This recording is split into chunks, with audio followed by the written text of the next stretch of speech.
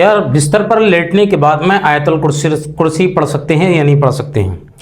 بہت سارے لوگ کہ جن کی عادت بن چکی ہے کہ وہ نماز کے بعد میں آپ نے دیکھا ہوگا آیت الکرسی پڑھتے ہیں، بہت سارے لوگ سونے سے پہلے آیت الکرسی پڑھتے ہیں، ٹھیک ہے، اور بہت سارے لوگ جو ہے وہ دن کے اندر وظیفہ بنا لیتے ہیں، وہ آیت الکرسی پڑھتے ہیں۔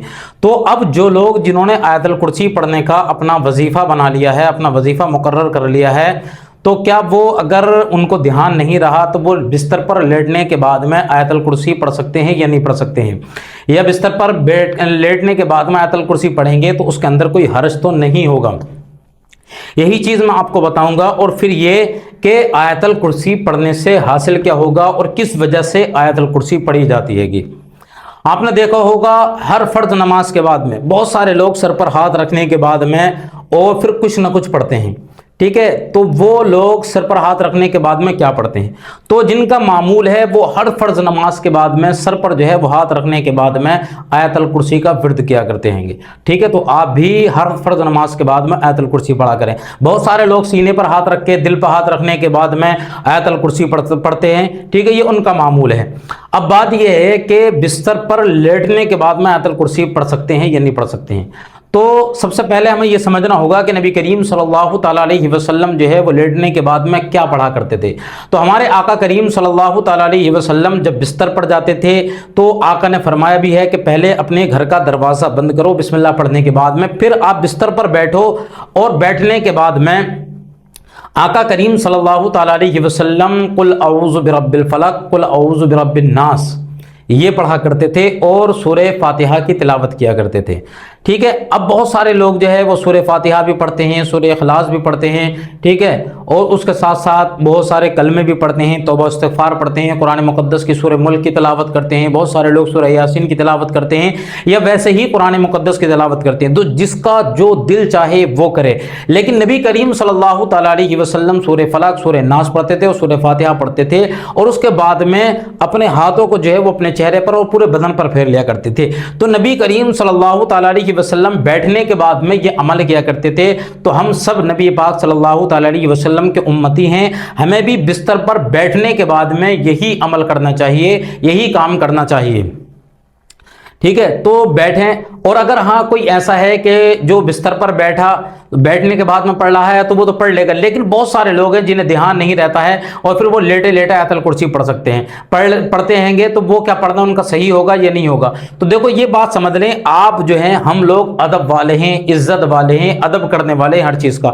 تو نبی کریم صلی اللہ تعالیٰ علیہ وسلم کی ایک سنت چھوٹے گی جب ہم لیٹ کے پڑھیں گے، کیونکہ نبی کریم صلی اللہ تعالیٰ علیہ وسلم اگر رات کو جب سوتے تھے تو بیٹھ کر کے پڑھتے تھے، تو ایک تو نبی کی سنت ختم ہوگی، اور دوسری بات وہ بے ادبی کے اندر آتا ہے، ہمارے پیر پھیلے ہوئے ہیں گے اور ہم کو جو ہے وہ کلمات پڑھ رہے ہیں، کہتے ہیں آیت الکرسی پڑھ رہے ہیں، یہ جو بھی چیزیں پڑھ رہے ہیں، تو ہم یہ کام کیا کریں، اگر ہم لیٹے ہوئے ہیں، اگر بیٹھ نہیں سکتے تو اپنے پیروں کو سکیڑنے کے بعد میں سمیٹ کر کے پھر اس کام کو کریں، پڑھیں گے تو کوئی حرج نہیں ہے۔ لیکن ہم لیٹے لیٹے بھی پڑھ سکتے ہیں، اگر پیر پھیلے ہوئے ہیں تب بھی پڑھ سکتے ہیں، لیکن ایک ادب میں اور بے ادبی کے اندر جو ہے گا وہ فرق ہو جائے گا۔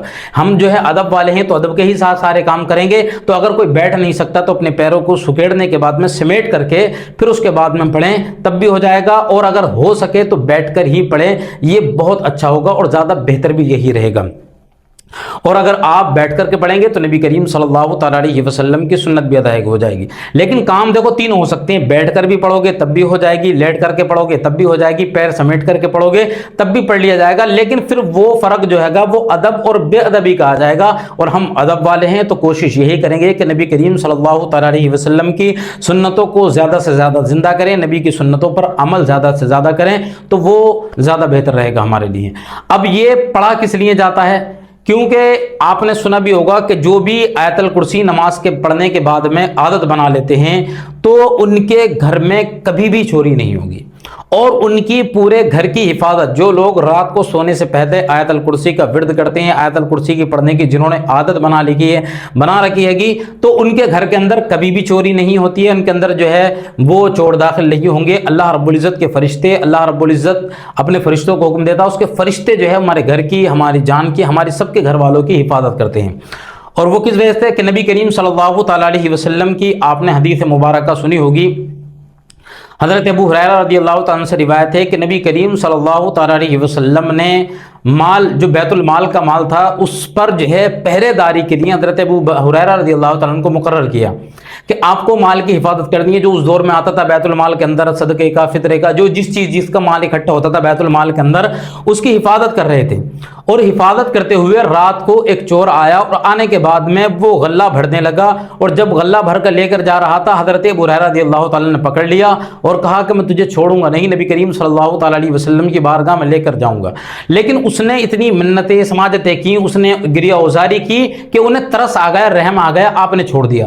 جب وہ صبح کو نبی کریم صلی اللہ تعالیٰ علیہ وسلم کی بارگاہ میں حاضر ہوئے تو آقا کریم صلی اللہ تعالیٰ علیہ وسلم نے ارشاد فرمایا کہ ابو ہریرہ تمہارے راز والے چور کا کیا حال ہوا؟ پہنچنے سے پہلے ہی آپ نے پوچھ لیا, بتانے سے پہلے ہی آپ نے پوچھ لیا کہ ابو ہریرہ تمہارے رات والے چور کا کیا ہوا؟ تو کہا یا رسول اللہ صلی اللہ تعالیٰ علیہ وسلم, عرض کی کہ اس نے مجھ نے جو ہے وہ گریہ اوزاری کی, مجھے اس پر رحم آ گیا, اس کے ہاتھ پر میں نے چھوڑ دیا. تو آقا نے فرمایا کہ ابو ہریرہ وہ تمہارا رات والا چور آج پھر آئے گا. انہیں یقین تھا کہ جب نبی کریم صلی اللہ تعالیٰ علیہ وسلم نے ارشاد فرمایا تو وہ آنا ہے ہر حال میں, تو رات کو انتظار کر رہے تھے. وہ چور پھر آیا, پھر آنے کے بعد میں اس نے سامان بھرنے لگا, لیکن اس نے پھر وہی گریہ اوزاری اپنی جاری رکھی کہ انہیں پھر رحم آ گیا, انہوں نے پھر چھوڑ دیا. لیکن جب نبی کی بارگاہ میں حاضر ہوئے آقا نے ارشاد فرمایا ابو ہریرہ تمہارے راز والے چور کا کیا ہوا؟ کہا یا رسول اللہ اس نے پھر مجھ سے جو ہے وہ گریہ اوزاری کی تھی, منتیں کی تھی, اس وجہ سے میں نے اسے چھوڑ دیا. آقا نے فرمایا اے ابو ہریرہ آج رات کو وہ پھر آئے گا. تیسرا دن تھا, آقا نے پھر فرمایا کہ آج رات کو وہ پھر آئے گا. تو پھر انہوں نے جو ہے وہ دل کے اندر ٹھان لیا حضرت ابو ہریرہ نے کہ آج کسی حال میں نہیں چھوڑوں گا, کیونکہ دونوں دن نبی کریم صلی اللہ تعالیٰ علیہ وسلم نے مجھ سے دریافت کیا اور میں نے اسے چھوڑ دیا, لیکن آج کسی حال میں نہیں چھوڑوں گا. جب رات کے کسی پہر میں وہ آیا, سامان بھرنے لگا, تو حضرت ابو ہریرہ رضی اللہ تعالیٰ نے اس کو پکڑا اور کہا کہ آج میں کسی حال میں نہیں چھوڑوں گا, کیونکہ 2 دن سے میں نبی کریم صلی اللہ تعالیٰ علیہ وسلم کی بارگاہ میں پہنچ رہا ہوں, مجھے بار بار جو ہے وہ بتانا پڑ رہا ہے کہ میں نے چھوڑ دیا, لیکن آج کسی حال میں نہیں چھوڑوں گا. جب اسے پکڑ لیا, اس نے سوچ لیا کہ اب جانے کا کوئی راستہ نہیں ہے, تو کہا کہ میں تمہیں کچھ ایسے کلمات نہ بتاؤں کہ جس سے تمہارے گھر کے اندر کبھی چوری نہیں ہوگی, مال کی کبھی چوری نہیں ہوگی, اللہ اور اس کے فرشتے اللہ کے فرشتے جو ہے تمہارے گھر کی حفاظت کریں گے, اور اگر میں کچھ کلمات بتاؤں گا تو آپ مجھے چھوڑ دو گے؟ اس نے کہا کہ آپ کلمات بتاؤ گے تو میں چھوڑ دوں گا. تب اس نے آیت الکرسی بتائی اور آپ نے اس کو چھوڑ دیا. جب نبی کریم صلی اللہ تعالیٰ علیہ وسلم کے بارگاہ میں حاضر ہوئے تو آقا نے ارشاد فرمایا ابو ہریرہ تمہارے رات والے چور کا کیا حال ہوا؟ انہوں نے کہا یا رسول اللہ ایسے ایسے مجھے کچھ کلمات بتا کر گیا, میں نے چھوڑ دیا. تو آقا نے ارشاد فرمایا کہ ابو ہریرہ وہ آج بھی تو ٹھیک نہیں تھا, وہ جو تھا وہ آپ کو معلوم ہے وہ کون تھا؟ انہوں نے کہا یا رسول اللہ مجھے معلوم نہیں ہے. کہا کہ وہ شیطان تھا, لیکن جو کلمات وہ بتا کر کے گیا وہ سچ بتا کر کے گیا ہے. اگر کوئی رات کو آیت الکرسی پڑھے گا, اللہ رب العزت اس کے گھر والوں کی, اس کے مال کی فرشتوں کے ذریعے حفاظت فرمائے گا. تو جو کلمات اس نے بتائے تھے وہ سچ تھے, لیکن وہ جو تھا وہ شیطان تھا. ٹھیک ہے, وہ ہر طریقے سے شیطان کے بارے میں تو سب جانتے ہیں. تو اس لیے یہ کلمات جو ہیں یہ صحیح ہیں. آپ رات کو بستر پر جائیں تو اپنے گھر میں پڑھنے کے بعد میں پھونک دیں, آپ کے گھر کی بھی آپ کے مال کی بھی حفاظت رہے گی. ٹھیک ہے, تو رات کو آپ آیت الکرسی ضرور پڑھا کریں, چاہے کسی بھی صورت میں. اور پھر آقا کریم صلی اللہ تعالیٰ علیہ وسلم جو پڑھتے تھے قل اعوذ برب الفلق, قل اعوذ برب الناس, سورہ اخلاص, سورہ فلق, ٹھیک ہے, یہ جو ہے یہ چیزیں, یا آیت الکرسی, سورہ فاتحہ وغیرہ, یہ پڑھنے کے بعد میں آپ ضرور سویا کریں. اور بہت سارے ہمارے بھائی اپنی الگ الگ کنڈیشنوں کو لے کر پریشان ہیں, بے حساب پیسہ اٹھا چکے ہیں.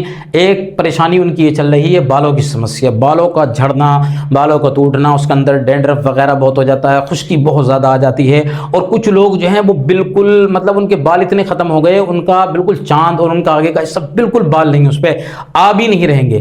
لیکن میں آپ کے لیے یہ نسخہ لے کر کے حاضر ہوا ہوں, یہ کورس, آپ اس کو پورا کورس ہے یہ. اس کے اندر شیمپو بھی ہے, اس کے اندر آئل بھی ہے, اس کے لگانے کے لیے جو ہے وہ تیل بھی ہے گا, اور کچھ سیرپ بھی ہیں اور کیپسول بھی ہیں. اس پر آپ اسے پورے کو جو ہے وہ کورس کو استعمال کر لیں انشاءاللہ. امید رکھیں رب کی ذات پر, 1 مہینہ یا 40 دن آپ استعمال کر لیں گے انشاءاللہ. جس جگہ پر بال بالکل ختم ہو چکے ہیں, چکنی ہو چکی ہے گنج, انشاءاللہ امید یہی ہے پروردگار عالم سے کہ وہ بال بھی آ جائیں گے, جن کے گر رہیں گے وہ بھی ختم ہو جائیں گے, ڈینڈرف وغیرہ یہ ساری چیزیں آپ کی ختم ہو جائیں گی. تو جنہیں یہ سمسیا ہے, بہت زیادہ ڈاکٹروں کے پاس میں پیسہ خرچ کر چکے ہیں, تو آپ ایک مرتبہ اس پر ضرور عمل کر لیں. 2500-3000 روپے کا یہ نسخہ بیٹھے گا, لیکن انشاءاللہ زبردست آپ کے اوپر کام کرے گا. تو ایک مرتبہ ضرور جو ہے وہ آپ خدمت کا موقع دے.